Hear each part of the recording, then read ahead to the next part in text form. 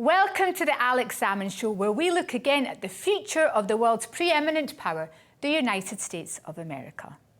Last year, anthropologist Wade Davis caused an online sensation in the Rolling Stone magazine when he predicted the end of the American era of dominance, that the Trump episode was a symptom of a much deeper malaise.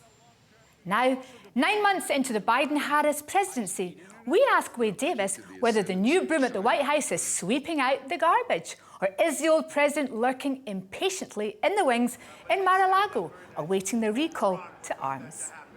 So is the American century being replaced by Chinese preeminence? Or will the new presidency signal a revival? Alex speaks to Professor Wade Davis. Professor Wade Davis, welcome back to the Alex Salmond Show. Thanks very much, Alex. Wonderful to be with you again. Now, Wade, last year, a very famous Rolling Stone article, you looked at the Trump ascendancy and the onset of coronavirus as signalling the end of the American century. Have you had cause to revise that opinion? Well, yes and no, Alex. You write something like that very much. I think that came out in August of 2020 when, all of us were trying to answer this question, what is this COVID thing? What does it mean? What does it imply? Since then, I have very much revised some of my thoughts in that piece. At the time, I, with no happy anticipation, predicted the ascendancy of China in the wake of the passing of the American century. But there's a wonderful T-shirt going around over here that sort of reads on it, China gave us COVID, America gave us vaccines, or the West gave us vaccines. And there's some real truth to that. Whatever the actual genesis of the pathogen was, did it come from an animal market? Did it, as some people increasingly believe, it slipped out of the virology center in the city of origin? Whatever the case may be, American and European and Western scientific ingenuity, the legacy of allopathic medicine, perhaps our greatest gift to the world, really came to the fore. Just think about it. Until this event of COVID, the fastest development of any vaccine in the history of medicine had been 4 years for mumps. And that was the data that I had at the time I wrote that piece. Well, you can imagine, Alex, if these various variants had arrived with their increased levels of transmission and infection, and we had not had any vaccines up until now, and we still didn't have them looking ahead 2 more years, you can only imagine the levels of mortality. So I think we should all be extraordinarily proud and grateful of the scientific community for having come to the fore as it did. That's certainly something that I did not anticipate when I wrote that piece. But that said, I think the underlying issues in that piece, the polarization of the American society, the ascendancy of a kind of a social world where, if I believe it, it's true, the kind of democratization of opinion, we really haven't seen, even in the wake of Biden's very narrow electoral victory, any real signs that that's going away in America. Let's always remember, those of us who may be breathing more easily in the wake of Joe Biden's presidency, because no matter what you think about him, everybody knows he's a decent guy. He's an honest guy. He's a man who's gone through pain. He's someone who really does feel the pain of others because he's been in that place himself. But that said, Trump's election was only 44,000 votes. 44,000 swing votes in 3 states would have given us back Donald Trump. And remember that he campaigned directly pandering to his base at all times. In other words, his advisors were telling him, people like your policies, they hate you, back off, you'll win the suburban women's vote, you'll go back to the White House. Had he done that, it's not inconceivable that that would have been true. But in fact, he stubbornly continued to feed red meat to his base because that's what he liked to do. That's what he was, his inclination was to do. And even having done that and having alienated so many people by his rhetoric, his behavior, his vulgarity, his pomposity, he still very narrowly was defeated. And that's a little bit haunting. And we've seen the residue of that polarization in what I can only consider to be the insane vaccine wars of the last 12 months or so in the United States. Alex, when I was a little boy, I don't know if you remember this. Do you remember those photographs of the iron lungs in hospitals, in Life magazine over here in America? But, I think I'm claustrophobic to this day because of those images of those wards and hospitals of the iron lung of polio victims in the 1950s.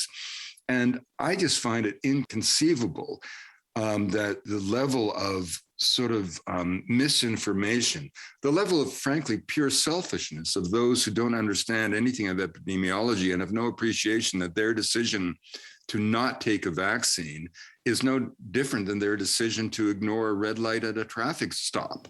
These aren't options. Even more interesting, perhaps, is the fact that President Trump, when stricken himself, was quite willing to embrace novel therapeutic techniques which use the same technology as the vaccine.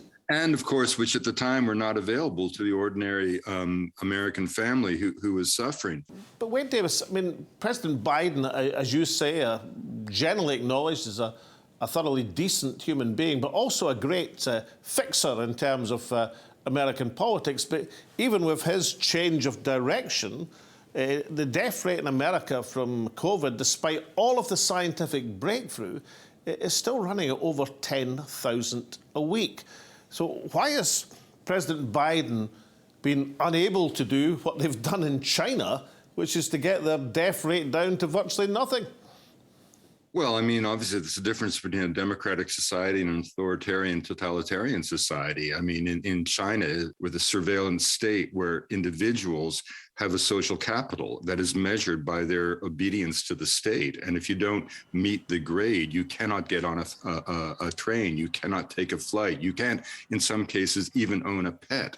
And so you're talking about a totalitarian state which doesn't blush before the world as it puts over 1 million Uyghurs in concentration camps. So, of course, Biden's had to struggle, but he's struggling with the residue of the polarization of Trump. You still have a situation, the haunting thing, as you mentioned, Alex, Biden had a reputation in the Senate for consilience, for partnership, for working across the aisle. And in the Obama administration and before, he had worked in the Clinton administration with McConnell very, very effectively on a number of pieces of legislation. McConnell has put up the signal that the Republican Party will remain recalcitrant. As they did under Obama, they will simply focus their attention on limiting any achievements of the Biden administration. The Republicans in Congress have not mellowed at all. Look, consider the fact that Lynn Cheney, of all people, has been utterly ostracized from the party simply for having the audacity to suggest that the electoral counts were actually accurate, that American democracy worked, as we know absolutely that it did. But this hasn't in any way mollified the Trump majority, which it's quite shocking. You would have thought that with the criminal investigations, with the light of distance, in the wake of a new presidency, with a new hope from the world, the approbation of the world for the election of Joe Biden, that somehow Trump might have just lost his grip on the Republican Party in some slight way. The shocking thing, Alex, is he has not. All the polls suggest the opposite. Every single person running for office or in office in the Congress remains completely intimidated by the specter of Trump turning on them. This is unprecedented in American history, where a president voted out of office would be able to maintain such control over his party. Consider, by contrast, the fate of Jimmy Carter in the wake of the Reagan victory in 1980. Carter was gone with the wind, as they say. I think the danger for America and the world is that Joe Biden is an old man. And whether he will even be able to run again in 2024, and then who will be in his place if he does not. And it's not clear the Democrats have anyone lined up. And we're only talking, how quick these American electoral cycles roll over. They'll be running for the primaries before you know it.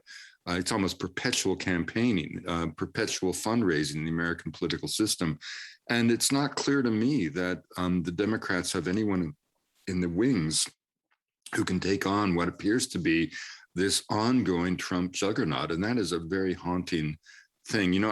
It's a funny thing, Alex. I married an American woman. I'm Canadian, and her father was a senator and almost U.S. president at one point. So I sort of dropped as an adult into the world of Washington power. I used to play tennis with Robert McNamara, the architect of Vietnam, when he was still physically fit, but obviously emotionally and mentally a crushed man in the wake of his disappointments. I used to sit around with Dick Cheney and talk about the Civil War at cocktail parties. And my point is not to drop names, but when I went into that scene, I thought there must be some kind of center of power in Washington. And the more I learned, the more I realized that there really is no there, and that the power structure is just these individuals who sort of fall into it in some kind of serendipitous, ambitious way. And their decisions can have such profound consequences for the rest of us. I mean, think about 9/11, for example, the most successful asymmetrical episode of warfare since the Trojan horse, for the cost of less than one scanning machine in one airport in anywhere in the UK, that handful of fanatics, brought death to 2,800 Americans. And let's always remember who we are. We lost 6,000 boys at Normandy beaches. We lost 23,000 dead in one afternoon at Antietam Creek in the Civil War. We walked across a continent to settle it. We're bigger than this. We're not going to let this put us off our game. But it did. And we rushed into Afghanistan and we rushed into Iraq. And now, 20 years later, trillions of dollars expended during years where China never went to war, America never was at peace. Every 3 years, rather, the Chinese would pour more concrete, building up their infrastructure than America did in the 20th century. All that treasure, all that blood, utterly wasted. And again, back to Joe Biden, whether he likes it or not, the debacle of Kabul happened on his watch. Professor Davis, that's precisely what we're going to look at in the second half of the show, the chaotic retreat from Kabul and what that tells us about American reach worldwide. Welcome back. Alex is in conversation with world-famous anthropologist Professor Wade Davis on whether America is back under Biden. Wade Davis, the chaotic scenes at Kabul airport and the bloody ending to what has been a 20-year conflict rocked Joe Biden in the polls. But is there a case that taking that decision is going to put him in better estate for the times to come? The decision was going to have to be made. I think that's a very good point, and that's the way that the president tried to present it to the American people. And obviously, somebody had to pull a plug on that war. It couldn't go on forever, for God's sake. On the other hand, the famous saying by Harry Truman, "The buck stops here," and whether he likes it or not, those images from Kabul, like the images in 1975 in Saigon, which incidentally, it was interesting how the administration immediately went to those images with this incredible methinks a man protests too much refusal to draw any kind of parallels to what happened in Saigon in 1975. But anyone with the eyes to see could see on the video cameras, and on the television monitor, that it was exactly like Saigon in 1975. It was utterly parallel. We left in 1975, Nixon having spent billions of dollars to arm the South Vietnamese army. It was called the Vietnamization of the Vietnam War.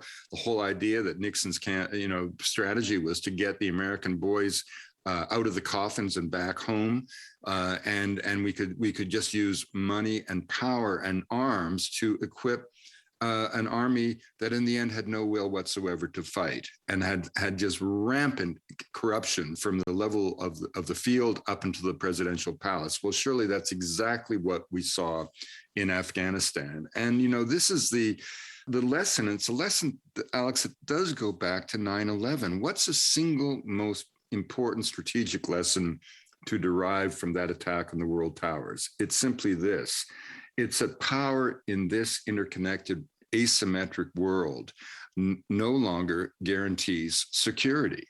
You can have the most powerful army in the world, and then suddenly a bunch of kind of misfits with the equivalent of an X-Acto knife, as their most powerful weapon, spending less money on their entire operation than is the cost of one of the machines we had to put into our airports to screen baggage. I mean, the whole operation cost $500,000 to Al-Qaeda.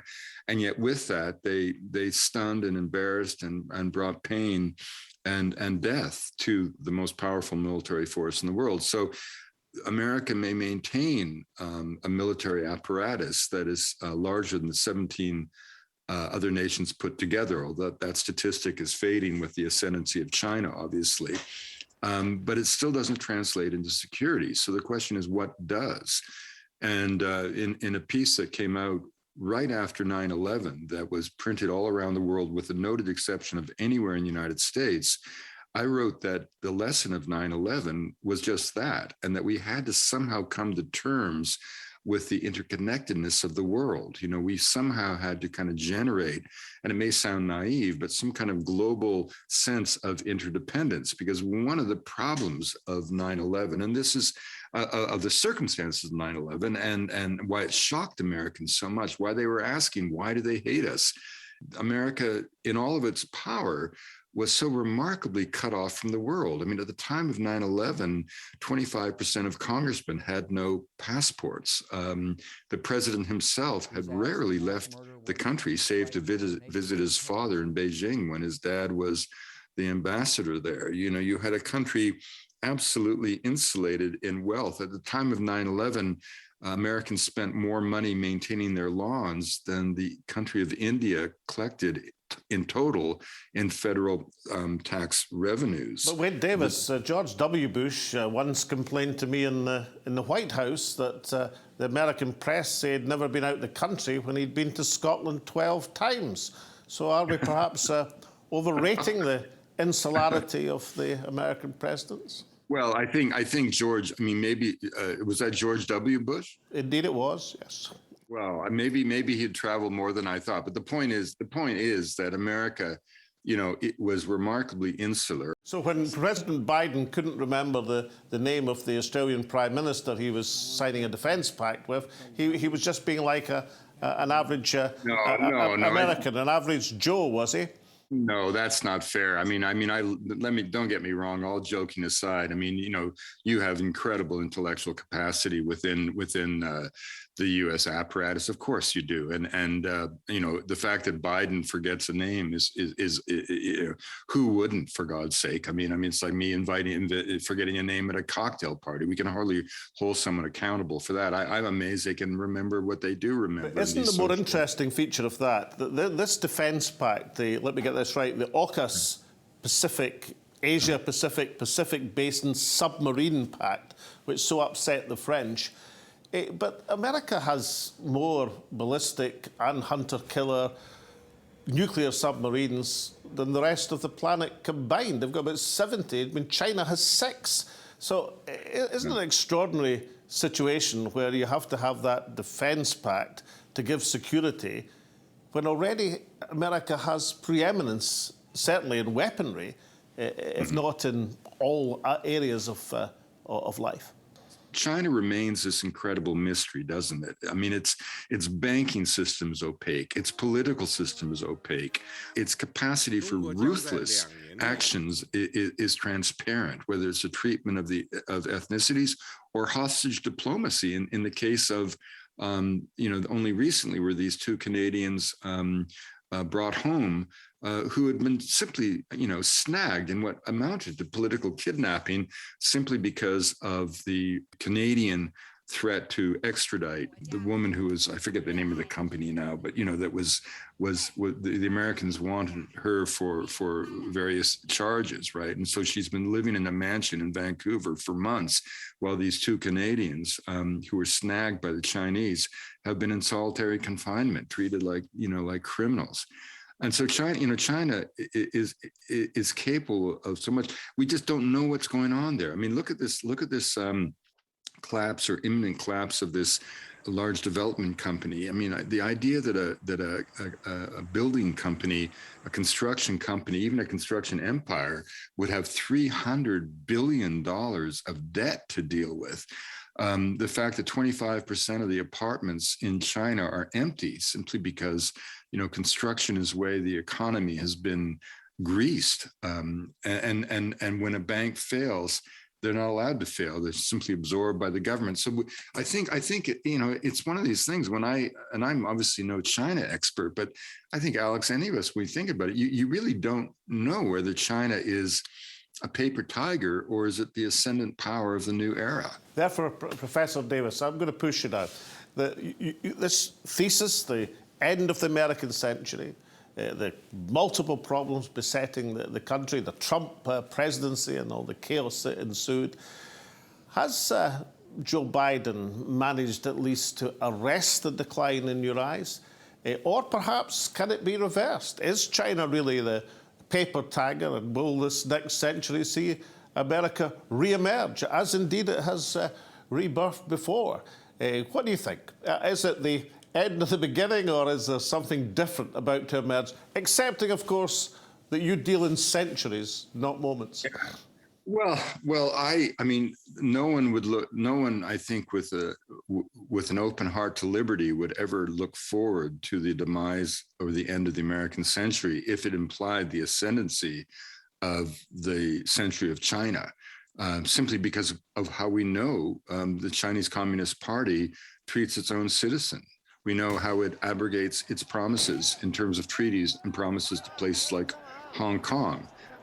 We know how it maintains a surveillance state that is unlike anything that's ever been done. And the technology is only allowing that surveillance state to be even more ubiquitous and more controlling.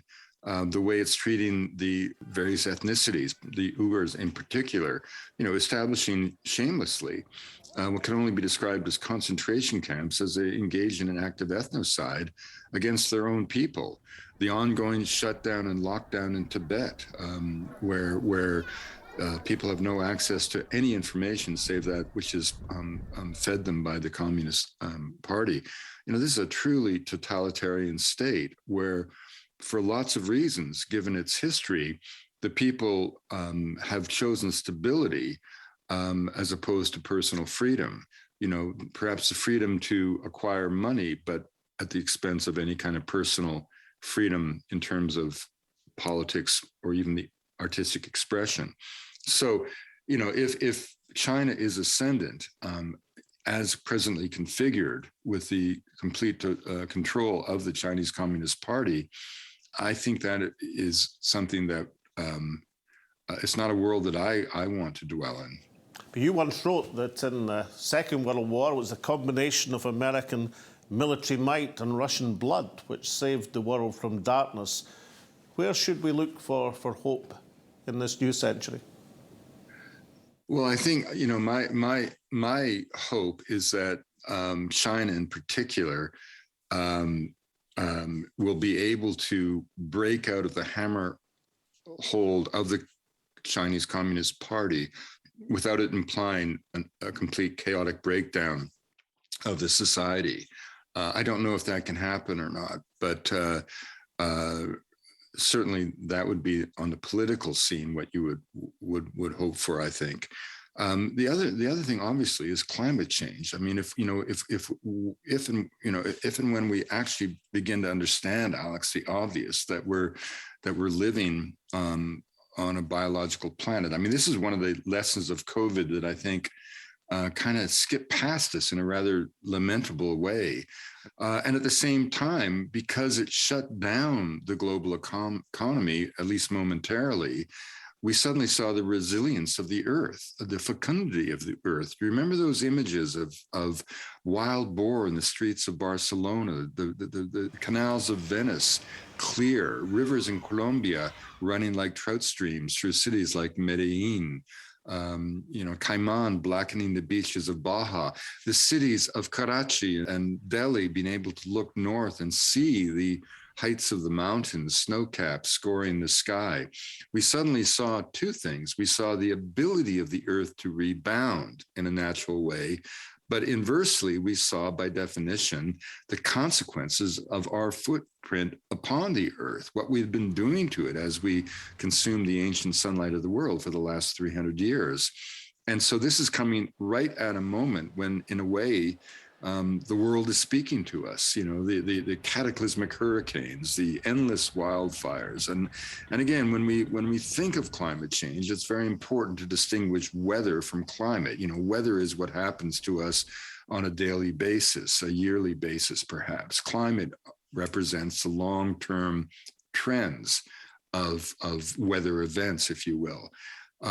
And if the world can't get its act together and think collectively about that, if we continue, our petty conflicts in the little corners of the world, while this world of ours kind of slips away, that will be the most desperate fate for humanity. Professor Wade Davis, fascinating, extraordinary. Thank you so much for joining me once again on the Alex Salmond Show. Thanks, Alex, so much. Wonderful to be with you again. As an anthropologist, Wade Davis deals in timescales much longer than electoral cycles. He deals in eras. And the end of the American era will not be a rapid process. World empires often take centuries to decline and fall. Wade Davis mourns the passing of the American century. For all its manifest faults, it might be better for the world than its potential replacement. However, the underlying divisions in American society thrown into sharp relief by the Trump presidency are not going away anytime soon. Neither, apparently, is the Donald himself. Banned from Twitter, he still has a ready audience and is now odds on to seek and to win the Republican nomination and stands as the second favourite, after Biden, to be the next president of the United States. Some of Biden's more enthusiastic supporters have likened him to Franklin D. Roosevelt, whose first term in 1933 laid the foundations for the US welfare state and slayed the spectre of American fascism. It is certainly hard to find a more abrupt presidential shift than from Trump to Biden. However, whether the president has the stamina, political and personal, to see this through remains to be seen. But for now, from myself and Alex and all at the show, it's goodbye, stay safe, and we hope to see you all again next week.